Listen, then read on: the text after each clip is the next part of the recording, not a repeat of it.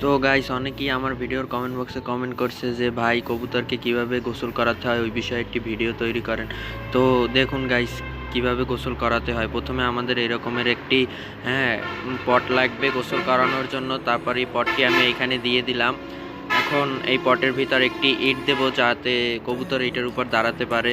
এই ইটটি নিলাম, ইটটা দেব এইখানে। এখন এটার উপর পানি দিতে হইবে, এটার ভিতরে পানি দেব।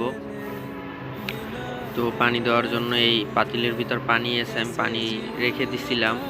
তো এই পানি এখন দেব এইখানে। তো এরকমের পানি দিয়ে এটা ভরে ফেলাইতে। তো গাছ দেখুন এখন এই জায়গায় পানি দেওয়া শেষ, সম্পূর্ণ পানি দিয়া ভরে ফেললাম। হ্যাঁ, পানি দিয়া সম্পূর্ণ ভরে ফেললাম পানি। তো গাইস দেখুন এখন কিভাবে আমার কবুতরগুলো গোসল করে নিতেছে। ওদের পানি দিয়ে দিছি, এখন ওরা গোসল করে নিতেছে সুন্দরভাবে।